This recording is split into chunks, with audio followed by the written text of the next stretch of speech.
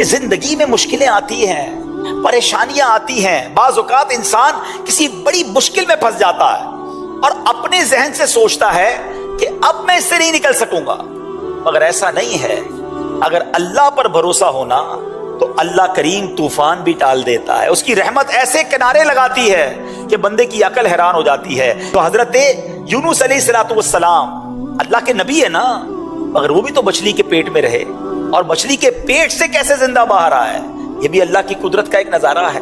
اور آپ نے سبحان اللہ وہ مچھلی کے پیٹ میں جو وظیفہ پڑھا تھا، لا الہ الا انت سبحانک انی کنت من الظالمین، یہ وظیفہ بتا رہا ہے کہ اگر آپ کسی ایسی بند کوٹھڑی میں گویا پھنس گئے ہیں، آپ کو لگتا ہے کہ یہ غموں کی کوٹھڑی سے کیسے باہر نکلوں گا، یہ پرابلم بڑا ہے، اللہ پر بھروسہ رکھو۔ تو ہمیں اللہ کی رحمت پر بھروسہ رکھنا ہے اور مشکلوں سے گھبرانا نہیں ہے۔ ایک شخص تھا، رات کو ذکر اللہ کر رہا تھا، تو اس کی زبان پر اللہ اللہ کا ورد جاری تھا، تو شیطان نے اس کو جھڑک کر کہا، اے کمبخت، کب تک اللہ اللہ کی رٹ لگائے رکھے گا، ادھر سے تو کوئی جواب ملتا نہیں ہے، تو ہے کہ مسلسل اللہ کو پکار رہا ہے اور رب کی طرف سے تو تجھے کوئی جواب ملتا ہی نہیں ہے۔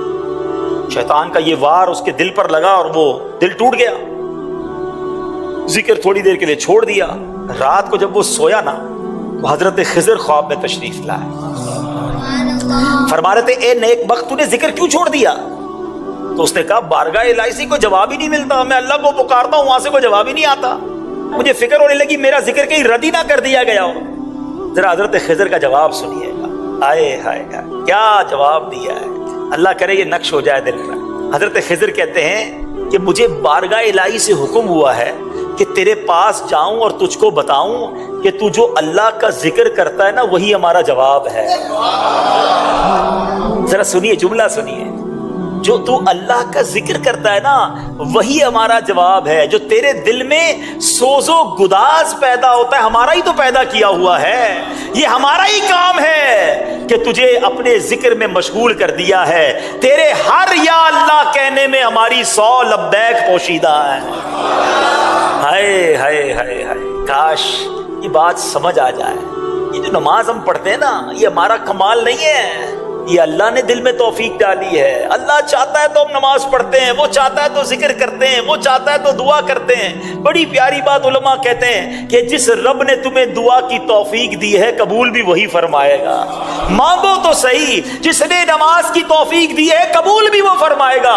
کئی لوگ ایسے شیطان کے وار میں آ جاتے ہیں، یار ہم بڑے گناہگار ہیں، ہم کیا نماز پڑھیں، ہم کیا دعا کریں، ارے میرے رب کی رحمت بہت بڑی ہے، مالک جب بھی اپنے عمل دیکھے ہیں تو شرمندگی ہی ہوتی ہے، کچھ ہے ہی نہیں، کیا پیش کریں، بس ایک امید رحمت والے رب سے ہے کہ جے میں ویکھا عملہ ولے کچھ نہیں میرے پلے، جے ویکھا میں رحمت رب دی بلے بلے بلے، انشاءاللہ اللہ کی رحمت ساتھ ہوگی تو بیڑا پار ہو جانا ہے۔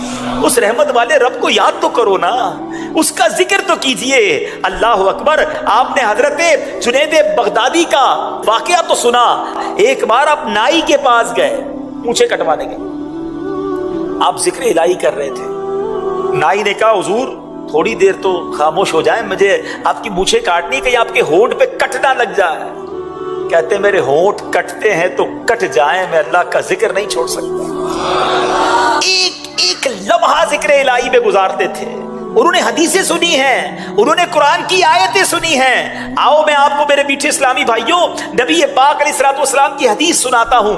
اللہ کا ذکر کرنے والے کتنے خوش نصیب ہیں، اس کو یاد کرنا یہ کتنی بڑی سعادت ہے۔ بخاری شریف کی حدیث ہے، سیدنا ابو ہریرہ رضی اللہ تعالیٰ عنہ اس حدیث کے راوی ہیں، نور کے پیکر، تمام نبیوں کے سرور، دو جہاں کے تاجور، سلطان بحر و بر صلی اللہ تعالیٰ علیہ وسلم نے فرمایا، اللہ عز و جل فرماتا ہے، اس کا مطلب یہ حدیث قدسی ہے، رب فرماتا ہے کہ میں اپنے بندے کے گمان کے قریب ہوں جو وہ مجھ سے کرتا ہے، جب وہ میرا ذکر کرتا ہے تو میں اس کے ساتھ ہوتا ہوں، اگر وہ مجھے تنہائی میں یاد کرتا ہے میں بھی اسے تنہا یاد یاد کرتا ہوں. اگر وہ میرا ذکر مجمع میں کرتا ہے تو میں اس سے بہتر مجمع میں اس کا ذکر کرتا ہوں, یعنی فرشتوں میں ان کا ذکر کرتا ہوں. اگر وہ ایک بالشت مجھ سے قریب ہوتا ہے تو میری رحمت اس سے ایک ہاتھ قریب ہو جاتی ہے. اگر وہ ایک ہاتھ میرے قریب آتا ہے تو میری رحمت اس سے 2 ہاتھ قریب ہو جاتی ہے.